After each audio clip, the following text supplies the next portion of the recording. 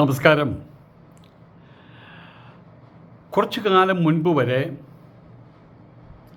എന്നോട് പലരും ചോദിച്ചൊരു ചോദ്യമുണ്ട്. സ്വാമിജിക്ക് ഇസ്ലാം സ്വീകരിച്ചുകൂടെ? സ്വാമിജിക്ക് ഞങ്ങളുടെ ഒപ്പം വന്നുകൂടെ? സ്വാമിജിക്ക് പരിപൂർണമായിട്ടുള്ള ഹിദായത്ത് കിട്ടണ്ടേ? എന്നിത്യാദി ചോദ്യങ്ങൾ. അതിനപ്പോൾ ഞാൻ ചെറിയ തോതിലേക്ക് ഉത്തരവും കൊടുത്തിട്ടുണ്ട്. ആ കൊടുത്ത ഉത്തരങ്ങൾ അത്രയും കമ്പയർ ചെയ്ത് എൻ്റെ ഓർമ്മയിൽ വന്ന ഉത്തരങ്ങൾ മുഴുവൻ കമ്പയർ ചെയ്തപ്പോൾ ഞാൻ നിങ്ങൾക്ക് തരികയാണ്. എന്തുകൊണ്ടാണ് സ്വാമിജി ഇസ്ലാം സ്വീകരിക്കാതിരുന്നത്? വളരെ സ്നേഹത്തോടു കൂടിയിട്ട് ഒരുപാട് ആളുകൾ പറഞ്ഞതാണ്, സ്വാമി ഞങ്ങളുടെ ഒപ്പം വരൂ. ഒരു 90-ഓളം വയസ്സുള്ള അദ്ദേഹം മക്കയിലൊരു പ്രൊഫസർ കൂടിയാണ്, ഈ ഇസ്ലാമിക് കോളേജിലെ. അദ്ദേഹം എന്നോട് പറഞ്ഞു, സ്വാമിജി ഞാനായിരിക്കും സ്വാമിജിയെ കൈ പിടിച്ച് മക്കയുടെ മക്ക ഹറാമിലേക്ക് കയറ്റുന്നത് എന്നൊക്കെ അത്രയും വരെ പറഞ്ഞിട്ടുണ്ട്. എന്നിട്ടും ഞാൻ ആലോചിച്ചു നിന്നു. ആലോചിക്കട്ടെ എന്നാണ് പറയുക. ഞാൻ തമിഴ്നാട്ടിൽ കാമരാജ് പറയുന്ന പോലെ പാക്കലാം എന്ന്.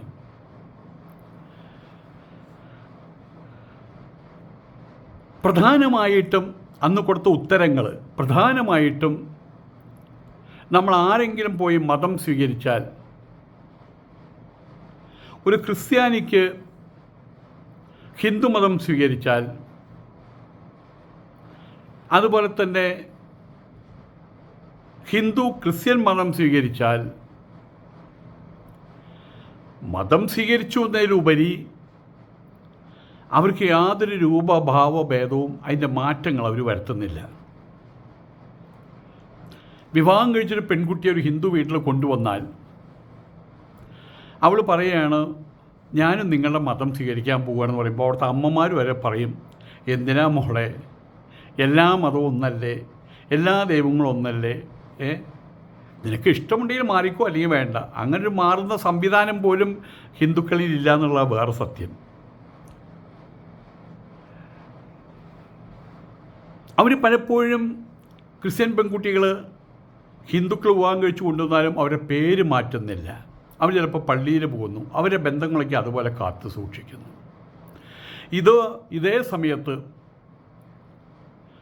ഇസ്ലാം മതം സ്വീകരിച്ച് അവിടെ ചെന്നാൽ പിന്നെ മുദ്രകളുടെ പ്രളയമാണ്.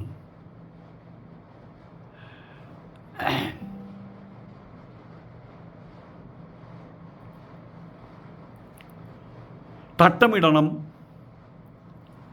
നിസ്കരിക്കണം, ഒരുപാട് പാഠങ്ങൾ. ആണുങ്ങളാണെങ്കിൽ താടി വളർത്തണം, മീശ വളർത്താൻ പാടില്ല. നെറ്റിയും ഒരു കറുപ്പ് പാട് അത്യന്താപേക്ഷിതമാണ്. ഇങ്ങനെയുള്ള ഒരുപാട് മുദ്രകൾ സ്വീകരിക്കേണ്ടി വരികയാണ്. ആളുകളെ കാണുന്ന സമയത്ത് തന്നെ ക്രിസ്ത്യാനിയെ സംബന്ധിച്ചിടത്തോളം അയാൾ ഹിന്ദുവിനെ കാണുമ്പോൾ നമസ്കാരം സ്വാമി പറയും. ഹിന്ദുക്കൾ അങ്ങോട്ടും പറയും, എന്താ വർഗീസേട്ടാ സുഖല്ലേ എന്നൊക്കെ സാധാരണ പോലെ. ഇന്നിപ്പോൾ ഫാദർമാരെ കാണുമ്പോൾ, അച്ഛന്മാരെ കാണുമ്പോൾ പോലും ഈശോ മിശിഹായ്ക്ക് സ്തുതിയായിരിക്കട്ടെ എന്ന് പുതിയ പിള്ളേരൊന്നും പറയുന്നതന്നെയില്ല. എന്താച്ചോ എവിടേക്കാണ് എന്നുള്ള രീതിയിൽ അവർ സാധാരണ പോലെ അവർ സംസാരിക്കുന്നു. തിരിച്ചെപ്പോഴും സ്തുതിയായിരിക്കട്ടെ എന്നൊന്നും പറഞ്ഞിട്ടുള്ള പ്രധാനമൊന്നും ഇപ്പം ഇല്ല. എന്നോട് പലരും, വളരെ അടുപ്പമുള്ള ആൾക്കാർ പലരും ചോദിച്ച ചോദ്യമാണ്, സ്വാമി എപ്പോഴാണ് മുസ്ലിം ആകുന്നതെന്ന്. മറുപടിയും കൊടുത്തിട്ടുണ്ട്. അതിൽ ചില കാര്യങ്ങൾ, പ്രധാനപ്പെട്ട ചില കാര്യങ്ങൾ ഞാനിപ്പോൾ ഒന്ന് അയവിറക്കുകയാണ്. ഒരു ക്രിസ്ത്യാനിക്കൊരു ഹിന്ദുവായാൽ, ഒരു ഹിന്ദുവിനൊരു ക്രിസ്ത്യാനിയായി കഴിഞ്ഞാൽ അവിടെ വലുതായിട്ടുള്ള ചിട്ടവട്ടങ്ങളൊന്നുമില്ല.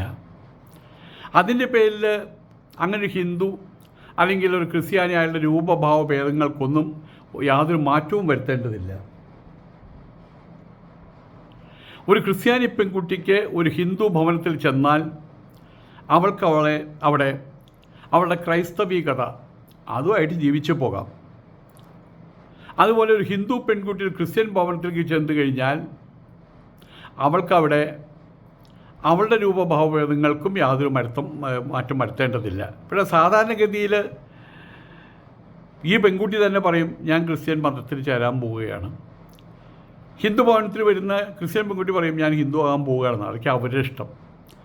അങ്ങനെ ചെയ്തില്ലെങ്കിൽ ആകാശം ഇടിഞ്ഞ് വീഴാൻ പോകുന്നില്ല എന്നർത്ഥം. ഒരു ക്രിസ്ത്യാനി പെൺകുട്ടിക്ക് ഒരു ഹിന്ദു ഭവനത്തിൽ ചെന്നാൽ അവൾക്കവിടെ ആ ക്രൈസ്തവികതയുമായിട്ട് സുഖമായിട്ട് ജീവിച്ചു പോകാം. അതുപോലെ തന്നെ തിരിച്ച് ഒരു ഹിന്ദു പെൺകുട്ടി ക്രിസ്ത്യൻ ഭവനത്തിൽ ചെന്ന് കഴിഞ്ഞാൽ വിവാഹം കഴിച്ചു എന്നാൽ ഇതേപോലെ അവൾക്ക് വലുതായിട്ടുള്ള കടുംപിടുത്തങ്ങളൊന്നും ഉണ്ടാവുന്നില്ല. അതേസമയം മതത്തിൽ നിർബന്ധമില്ല, ബലാത്കാരമില്ല എന്ന് പറയുന്നെങ്കിൽ പോലും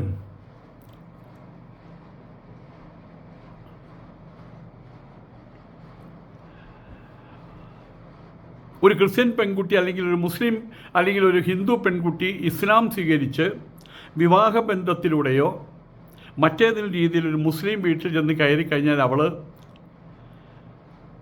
LKG സ്റ്റുഡൻസ്, നഴ്സറി സ്റ്റുഡൻറ്റിൻ്റെ പോലെയായി മാറും.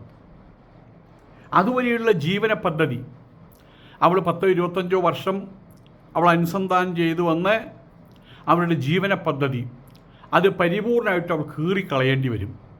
പിന്നെ അവിടെ LKGന്ന് നഴ്സറി സ്കൂളിൽ നിന്ന് അവിടെ തുടങ്ങേണ്ടി വരും. അങ്ങനെ ഒരു കൊച്ചുകുട്ടിയുടെ ഭാഗത്തിൽ എത്തിച്ചേരുകയാണ്. പിന്നെ പഠിപ്പിക്കലാണ്, ചട്ടം പഠിപ്പിക്കലാണ്. പെട്ടെന്ന് ഈ ഭൂലോകമാകെ ഇരുണ്ട് പോയ പോലെ തോന്നുകയാണ് അവൾക്ക്. എന്താ ചെയ്യേണ്ടത്, എങ്ങനെയാണ് ചെയ്യേണ്ടത് എന്നിത്യാദി കാര്യങ്ങൾക്ക് ദൈനംദിന കാര്യങ്ങൾക്ക് ഒന്നിനും കഴിയാത്ത രീതിയിൽ അവരുടെ മുമ്പിൽ ഒരു മണ്ടൂകമായി മാറുകയാണ് ചെയ്യുന്നത്. ആഹാരത്തിൻ്റെ കാര്യത്തിലാകട്ടെ, വസ്ത്രത്തിൻ്റെ കാര്യത്തിലാകട്ടെ, ആളുകൾ അഭിസംബോധന ചെയ്യുന്ന കാര്യത്തിലാകട്ടെ, എല്ലാം തന്നെ വലുതായിട്ടുള്ള മാറ്റങ്ങൾക്ക് അവൾ വിധേയപ്പെടേണ്ടി വരികയാണ്. ഇസ്ലാം സ്വീകരിച്ച് ചെല്ലുന്ന ഒരു പെൺകുട്ടി അല്ലെങ്കിൽ ആൺകുട്ടി അവരെ പിന്നെ കളിമണ്ണ് ചവിട്ടിക്കുഴച്ച് വളച്ച് ഉരുട്ടി യന്ത്രത്തിൽ വെച്ച് ചതച്ച് അരച്ച് അവിടെ കുത്തി ഇവിടെ കുത്തി അവരുടെ ഇഷ്ടരൂപത്തിലാക്കി മാറ്റും. തീയിൽ വെച്ച് ചുട്ടെടുക്കും. കുതിരയുടെ രൂപത്തിലോ കഴുതയുടെ രൂപത്തിലോ പക്ഷിയുടെ രൂപത്തിലോ അല്ലെങ്കിൽ അതിന് വിഗ്രഹമാക്കി മാറ്റിയെടുക്കും. അങ്ങനെ ആക്കി തീർക്കുകയാണ് ഇവിടെ ഈ ഇസ്ലാമിലേക്ക് ചെല്ലുന്ന ഒരു ആൺകുട്ടി അല്ലെങ്കിൽ ഒരു പെൺകുട്ടിയെ. ഇസ്ലാം അഥവാ മുസ്ലിങ്ങൾ പുറത്ത് നിന്ന് നോക്കുന്ന ഒരാളെ സംബന്ധിച്ചിടത്തോളം അവിടെ വലിയ അച്ചടക്കമുണ്ട്. അവിടെ മതകാര്യങ്ങളിൽ അവർക്ക് വലിയ രൂപത്തിലുള്ള ഡിസിപ്ലിനുണ്ട് എന്നൊക്കെ നമുക്ക് തോന്നും. എപ്പോഴും മതത്തിൻ്റേതായിട്ടുള്ളൊരു നിരീക്ഷണവും അതിൻ്റേതായിട്ടുള്ളൊരു സുരക്ഷിതത്വവും ഇസ്ലാമിൽ മാത്രമേ ഉള്ളൂ എന്ന് തോന്നും, മുസ്ലിങ്ങളിൽ മാത്രമേ ഉള്ളൂ എന്ന് തോന്നും. അതേസമയത്ത് ക്രൈസ്തവ മതം കുറേയൊക്കെ അഴഞ്ഞു പോയൊരു മതമാണ്. ഹിന്ദുമതമാണെങ്കിൽ അത് ഓരോ ഇൻഡിവിജ്വലിനും ഓരോ വ്യക്തിക്കും അവരവരുടെ കാഴ്ചപ്പാടിനും നിലപാടിനും അനുസരിച്ച് വിശ്വാസത്തിൻ്റെ കാര്യത്തിലോ നിലപാടുകളുടെ കാര്യത്തിലോ അവർക്ക് സ്വാതന്ത്ര്യമുണ്ട് എന്ന സാരം. പെട്ടെന്ന് തോന്നും അഴിച്ചിട്ട കാളകളെപ്പോലെ ഇഷ്ടമുള്ളിടത്ത് ഇഷ്ടമുള്ള പോലെ മേഞ്ഞു നടക്കുന്ന ഒരു കൂട്ടം ആളുകൾ, അതുമാത്രമാണ് ഹൈന്ദവ മതമെന്ന് ഹിന്ദുക്കളെന്ന് തോന്നും. അവിടെ ഒരു സം ടോട്ടൽ ആണുള്ളത്. എണ്ണം കൊണ്ട്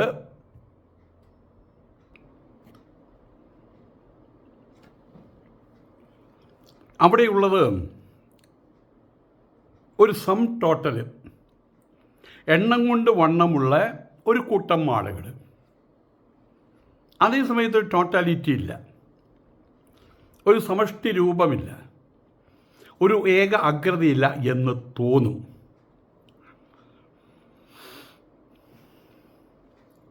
അങ്ങനെ ചിന്തിക്കുന്ന പക്ഷം പ്രധാനപ്പെട്ട 3 മതങ്ങളിൽ ഇസ്ലാം, ക്രൈസ്തവർ, ഹൈന്ദവർ, ഇതിലേറ്റവും നല്ലത് ഇസ്ലാമാണെന്ന് അകലെ നിൽക്കുമ്പോൾ തോന്നും. ഒരു 10 വർഷം മുൻപ് വരെ, ഒരു 8 വർഷം മുൻപ് വരെ എൻ്റെ കാഴ്ചപ്പാടുകൾ പോലും ഇസ്ലാമിനെക്കുറിച്ചുള്ള കാര്യത്തിൽ വളരെയധികം പരിമിതികൾ ഉൾക്കൊള്ളുന്നതായിരുന്നു.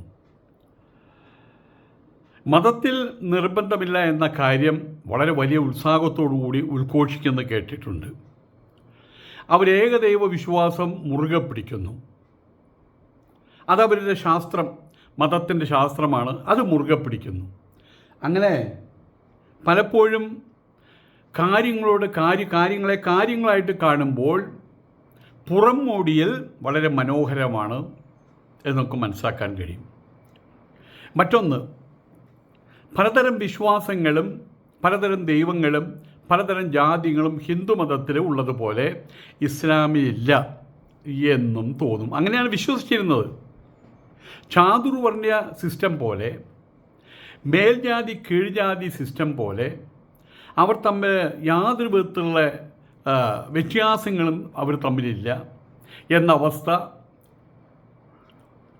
ഈ ജാതികൾ തമ്മിൽ യാതൊരു ബന്ധവുമില്ല, അങ്ങനൊരു അവസ്ഥ ഇസ്ലാമിലില്ല എന്നാണ് ആദ്യ കാലഘട്ടത്തിൽ ഞാൻ കരുതിയിരുന്നത്.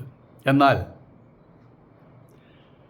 ഈ സീസൺ അല്ലാത്ത സമയത്ത് വാങ്ങുന്ന മാമ്പഴം പോലെ ആണ് ഇസ്ലാം എന്ന കാലങ്ങളെ കൊണ്ട് ഞാൻ മനസ്സിലാക്കി.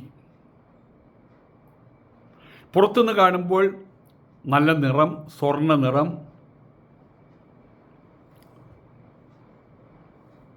പക്ഷെ അത് കത്തിയെടുത്ത് മുറിക്കുന്ന സമയത്ത് തിന്നാൻ കൊള്ളാത്തതാണ്, ഭയങ്കര പുളിയാണ്, കൃത്രിമമായിട്ട് പഴുപ്പിച്ചതാണ്.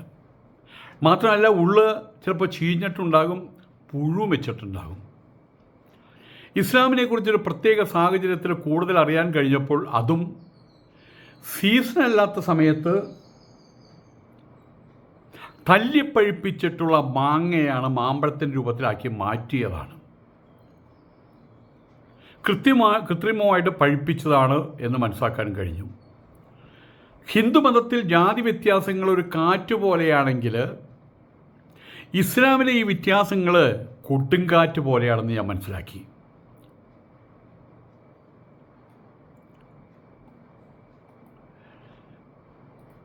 ഇസ്ലാമിലെ ജാതി വ്യത്യാസങ്ങൾ ഒരു കൂടിൻ്റെ ഉള്ളിൽ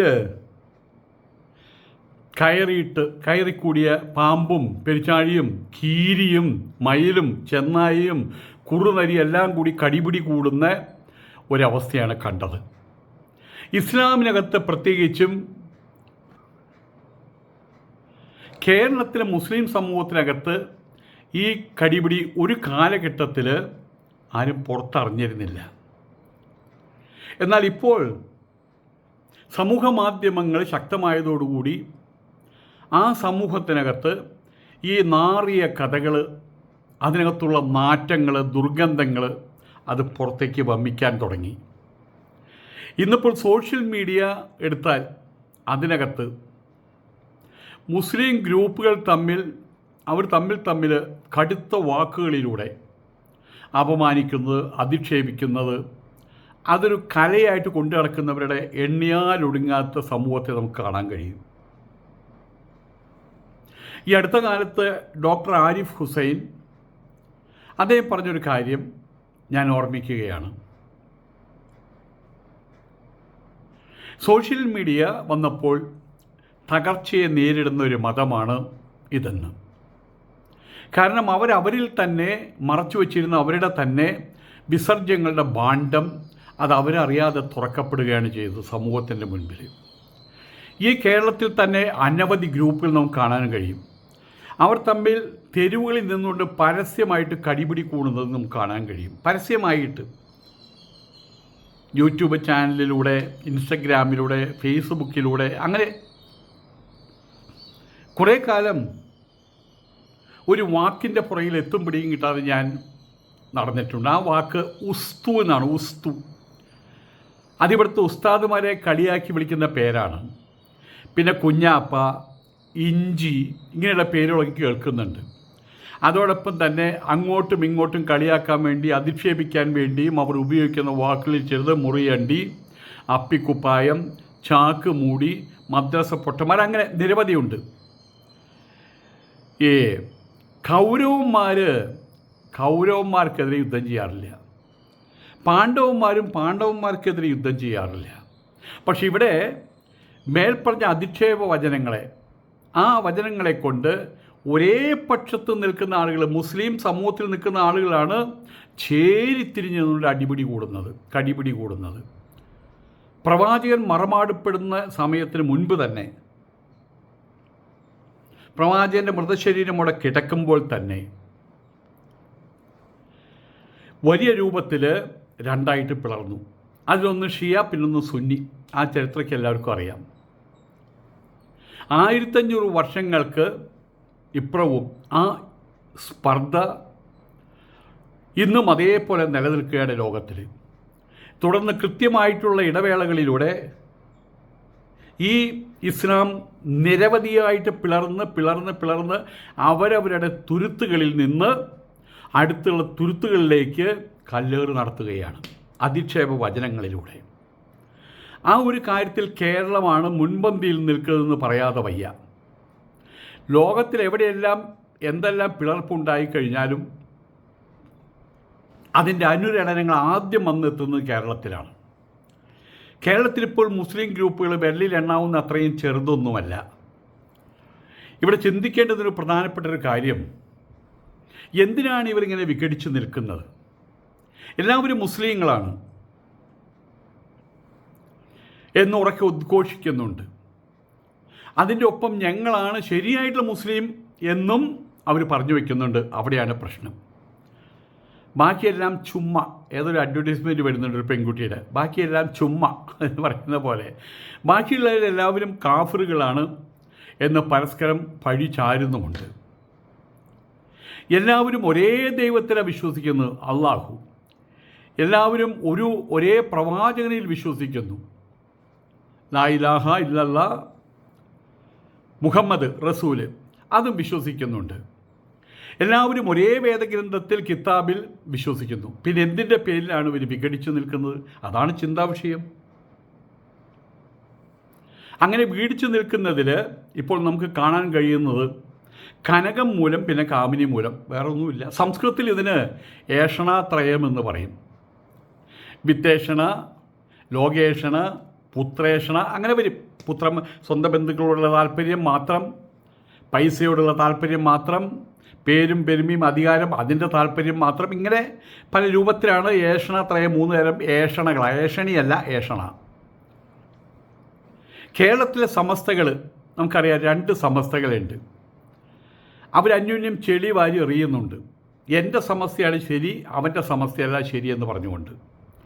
പിന്നെ രാഷ്ട്രീയ മുഖം ലീഗ്. ആധ്യാത്മികവും രാഷ്ട്രീയവും കൂട്ടിക്കുഴച്ചുള്ള ഒരു മുഖമാണ് പാണക്കാടിൻ്റെ. പിന്നെ ജമായത്ത് ഇസ്ലാമി, മുജാഹിദ്, തബ്ലീഗ്, ഇതിന് പുറമെ റാവുത്തർമാർ. തമിഴ്നാട്ടിലേക്കും ഒരു അനവധി വേറെ വിഭാഗങ്ങളുണ്ട്. ഭാരതത്തിൻ്റെ സാഹചര്യത്തിൽ ഇവിടെ ശക്തമായിട്ടുള്ളൊരു ഭരണഘടനയും വ്യവസ്ഥയും ഭരണനിർവഹണ രീതിയും നീതിന്യായ നടത്തിപ്പും കോടതിയും പോലീസും പട്ടാളം വരെ ഉള്ളതുകൊണ്ട് വാളെടുത്ത് അഥവാ ആയുധമെടുത്ത് തമ്മിൽ വെട്ടി വീഴ്ത്തുന്നില്ല ഇവന്മാർ. എന്നാൽ വാക്കുകളെ കൊണ്ട് അതിനേക്കാൾ വലിയ മുറിപ്പാടുകൾ ഇവർ അന്യോന്യം സമ്മാനിക്കുന്നുമുണ്ട്. ആയതുകൊണ്ട് തന്നെ ഇന്നിപ്പോൾ ഈ കൊച്ചു കേരളത്തിൽ ഏറ്റവും കൂടുതൽ അവഹേളനം ഏറ്റുവാങ്ങുന്ന, ഏറ്റവും കൂടുതൽ അറപ്പും വെറുപ്പും ഏറ്റുവാങ്ങുന്ന ഒരു വിഭാഗമായിട്ട് മാറിയിട്ടുണ്ട് മുസ്ലിങ്ങൾ. അതോടൊപ്പം ഭീതിയും ഏറ്റുവാങ്ങുന്നു. അവർ കാര്യം പറയുമ്പോൾ ആൾക്ക് പേടിയാണ്. ആയതുകൊണ്ട് പല സിറ്റികളിലും അവർക്ക് വീട് കൊടുക്കുന്നില്ല, വാടകയ്ക്ക് പോലും. ബാംഗ്ലൂരിലേക്ക് സ്ഥിതി അതാണ്, തമിഴ്നാട്ടിലെ എല്ലായിടത്തും സ്ഥിതി അതാണ്. ഹിന്ദുക്കളിൽ ജാതികളുണ്ട്, പക്ഷെ അവർ തമ്മിൽ ജാതിയുടെ പേരും പറഞ്ഞ് കടിപിടി കൂടുന്നില്ല. എല്ലാവർക്കും അവരവരുടെ ചിന്തകളുണ്ട്, അവരുടെ പദ്ധതികളുണ്ട്, അവരവരുടെയായിട്ടുള്ള ഗുരുക്കന്മാരുണ്ട്. ഒരിക്കലും ശ്രീനാരായണ ഗുരുദേവനെ, അതല്ലെങ്കിൽ ബ്രഹ്മശ്രീ അയ്യങ്കാളിയെ, അതല്ലെങ്കിൽ ചട്ടമ്പി സ്വാമികളെ അന്യോന്യം ആരും ആദരിക്കാതിരുന്നിട്ടില്ല. NSSകാർ, SNDPക്കാരെ അവഹേളിച്ചിട്ട് സംസാരിച്ചിട്ടില്ല. അവരുടെ നിലപാടുകളുടെ വ്യത്യാസങ്ങൾ പറഞ്ഞിട്ടുണ്ട്. അവരന്യോന്യം ചെളി വാരി എറിയുന്നുമില്ല. അധിക്ഷേപ വചനങ്ങളെ കൊണ്ടുള്ള അസ്ത്രങ്ങൾ എയ്ത് മുറിവേൽപ്പിക്കുന്നില്ല. എന്നാൽ മുസ്ലിങ്ങൾ വിഘടിച്ചു നിൽക്കുന്നു എന്ന് മാത്രമല്ല, ഭയാനകമായ രീതിയിൽ അധിക്ഷേപങ്ങൾ നടത്തി കടിപിടി കൂടുന്നു. അതിൽ നിന്നൊരു കാര്യം ഉറപ്പാണ്, അവിടുത്തെ പ്രധാനപ്പെട്ട പ്രശ്നം കനകമാണ്, കാമിനിയാണ്. അവരുടെ ജീവന പദ്ധതിയിൽ, പ്രത്യേകിച്ച് ആചാര്യസ്ഥാനത്തും നേതൃസ്ഥാനത്തും നിൽക്കുന്നവരുടെ ജീവന പദ്ധതിയിൽ അള്ളാഹുവിൻ്റെ സ്ഥാനം, പ്രവാചകൻ്റെ സ്ഥാനം, അവരുടെ കിതാബിൻ്റെ സ്ഥാനം കനകവും കാമിനിയും കഴിഞ്ഞിട്ടുള്ളതാണ്. മുസ്ലിം സമൂഹത്തിലേക്ക് കടന്നെത്തി നോക്കിയപ്പോഴാണ്, ഒരു വിഹംഗ വീക്ഷണം നടത്തിയപ്പോഴാണ് ഇത്രയും കാര്യങ്ങൾ എനിക്ക് വെളിപാടായത്. ഇതുകൊണ്ടൊക്കെ തന്നെയാണ് ഇന്നിപ്പോൾ കേരളത്തിലെ ഏറ്റവും കൂടുതൽ വെറുപ്പോടുകൂടിയും മറപ്പോടുകൂടിയും ഭീതിയോടുകൂടിയും നോക്കിക്കാണുന്ന ഈ മതത്തിൻ്റെ ആളുകളെയാണ്, മുസ്ലിങ്ങളെയാണ്. അതിന് കാരണം അവരുടെ കയ്യിലിരിപ്പ് തന്നെയാണ്. മതം പൊട്ടിത്തെറിച്ച് മതം പൂണ്ട് നിൽക്കുന്ന ഈ ആളുകൾക്ക്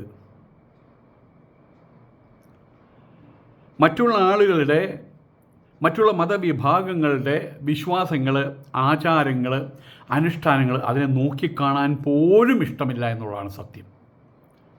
ഇത്തരം മതത്തിൽപ്പെട്ട ആളുകൾ ഇസ്ലാമിൽ ചെല്ലുമ്പോൾ, ഇതര മതത്തിൽപ്പെട്ട ആളുകൾ ഇസ്ലാമിൽ ചെല്ലുമ്പോൾ അവർക്കുള്ള തന്ത്രങ്ങൾ ഉപയോഗിച്ചുകൊണ്ട് കളിമണ്ണിനെ എടുത്ത് കുതിരയും കഴുതിയും ആക്കുന്നത് പോലെ, വിഗ്രഹമാക്കുന്നത് പോലെ, കളിമണ്ണ് ചവിട്ടിക്കുഴച്ച് അതിനെ തങ്ങൾക്കിഷ്ടമുള്ള രൂപത്തിലാക്കി ചുട്ടെടുക്കുന്നത് പോലെയാണ് മുസ്ലിങ്ങൾ ചെയ്യുന്നത്. അവിടെ കുഴൽക്കിണറിനകത്ത് വീണ് പോയ ഒരു കുട്ടിയുടെ അവസ്ഥയായിരിക്കും ഇവിടെ നിന്ന് പോകുന്ന ഹിന്ദു പെൺകുട്ടികൾക്കും ക്രിസ്ത്യൻ പെൺകുട്ടികൾക്കും ഉണ്ടാകുന്നത്. ഇടം വലം തിരിയാൻ കഴിയില്ല, പിന്നോട്ടും മുന്നോട്ടും തിരിയാൻ കഴിയില്ല, മേലോട്ടും താഴോട്ടും തിരിയാൻ കഴിയില്ല.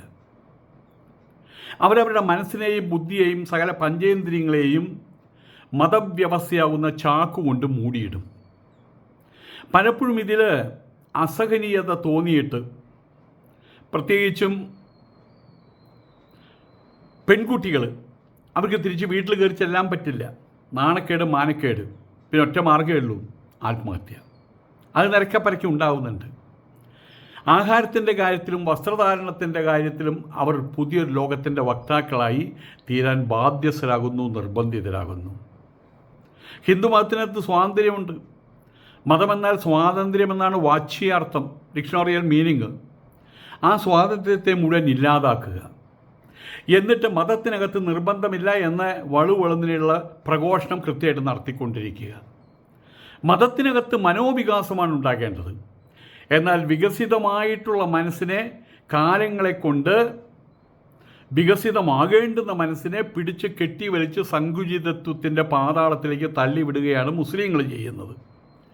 രസകരമായിട്ടുള്ളൊരു വസ്തുത, സെമിനാരികളിൽ, ക്രിസ്ത്യൻ സെമിനാരികളിൽ ഹിന്ദു സംസ്കൃതിയെക്കുറിച്ച് ഞാൻ പോയിട്ട് ക്ലാസ് എടുത്തിട്ടുണ്ട്.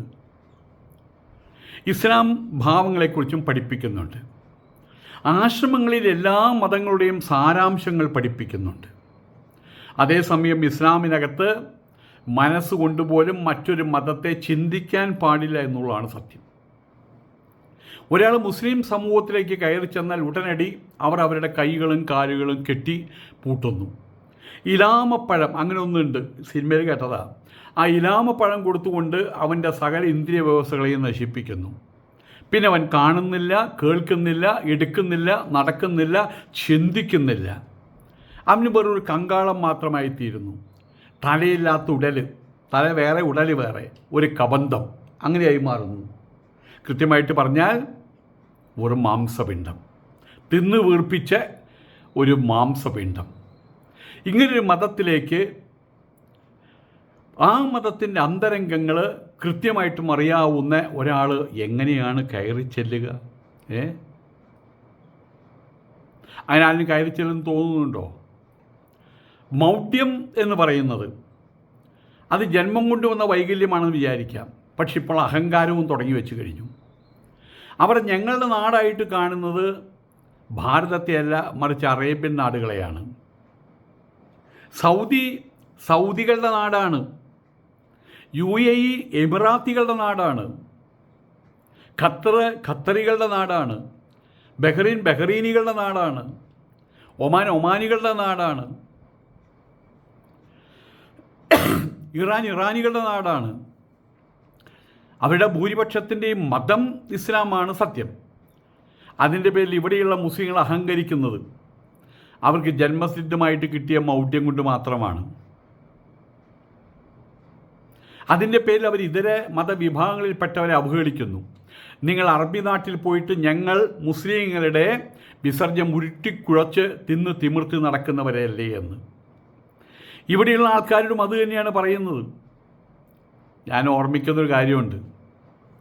1500 വർഷങ്ങൾക്ക് മുമ്പ് ഞാൻ കേട്ട കാര്യം, ചരിത്രമാണ്.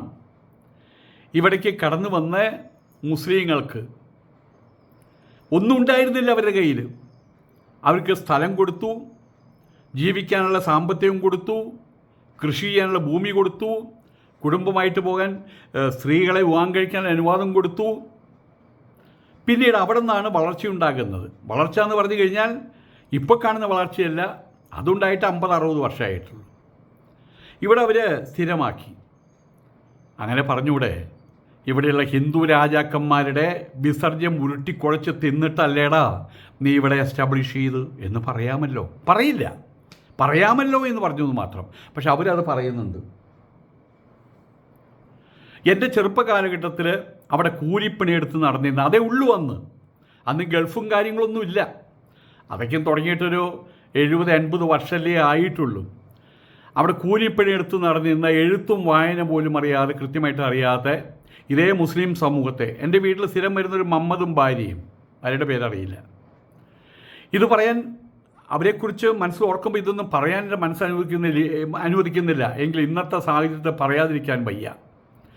തേങ്ങയും കശുവണ്ടിയും മോഷ്ടിച്ചു കൊണ്ടുപോകുമ്പോൾ, ഞങ്ങളന്ന് പറമ്പ് 8 ഏക്കറാണ്, അതിൻ്റെ അപ്പുറത്തും നിരന്ന് പരന്ന് കെടുക്കുകയാണ്. കശുവണ്ടി തോട്ടങ്ങളും അതും ഇതൊക്കെയായിട്ട് നിരന്ന് പരന്ന് കെടുക്കുകയാണ്.